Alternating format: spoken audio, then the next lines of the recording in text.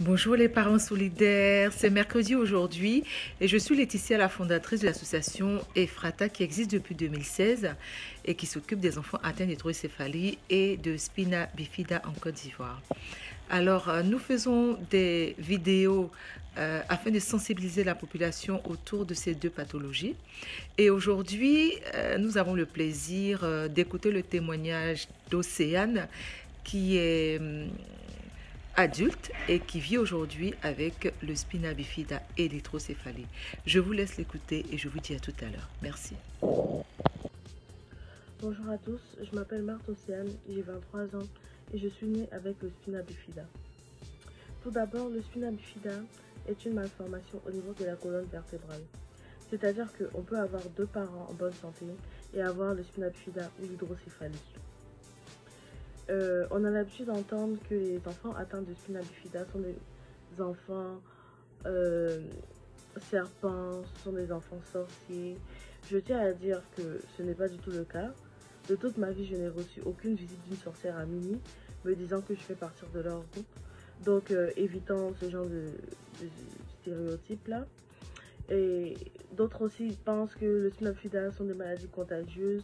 Ils laissent pas leurs enfants jouer avec les enfants atteints de cette maladie-là. Je tiens à dire que le spina bifida et l'hydrocéphalie ne sont pas des maladies contagieuses. Ce n'est pas du tout la varicelle. Donc, arrêtons ça aussi. Et je tiens à dire aussi que être un enfant handicapé n'est pas chose facile. Déjà pour l'enfant lui-même, il doit prendre sur soi le regard des gens, prouver au monde entier, si je peux me permettre de dire ça, au monde entier, à tout le monde, qu'il a sa place. On doit travailler 2 fois plus, autant plus que les gens. Pour les parents non plus, c'est pas facile. D'autres, moi j'ai eu l'occasion de naître dans une bonne famille, mais d'autres n'ont pas eu cette chance-là. C'est-à-dire qu'ils sont en manque de soins. C'est pas facile pour les parents. Manque de moyens. D'autres même se voient refuser l'accès à des écoles juste parce qu'ils sont atteints de cette maladie-là. Moi je dis que ça doit s'arrêter. On doit être considérés comme des personnes normales. Bien qu'on est différents, mais c'est ce qui nous rend uniques. On est des enfants très intelligents. Nous aussi, on peut prouver au monde qu'on a notre place parmi les autres dans la société. Je tiens à vous dire que moi-même, ça n'a pas été chose facile. Au début, ça a été très difficile pour moi. J'ai dû combattre le regard des gens.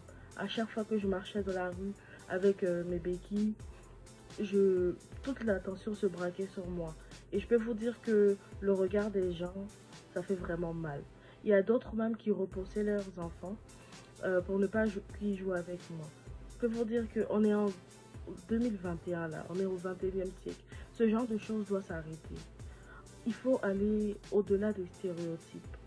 Penser au devant. Les enfants atteints d'hydrocéphalie et de spina bifida n'ont pas demandé à être comme ça. On ne choisit pas de naître comme on est. Donc je vous demande d'avoir l'indulgence et l'intelligence d'accepter la différence. Merci. Le témoignage d'Océane est édifiant, n'est-ce pas? Sachez que l'hydrocéphalie et le spina bifida ne sont pas forcément un frein à l'épanouissement de ces personnes porteuses de ces différents handicaps. Le tout, c'est de prendre tout cela très tôt en charge. Et c'est l'objectif principal de notre association. Je remercie tous les donateurs, toutes les personnes qui nous soutiennent. N'hésitez pas à partager la vidéo et surtout n'hésitez pas à ajouter des membres à notre groupe afin de pouvoir agrandir notre chaîne de solidarité. Je vous dis une très belle journée et puis à bientôt.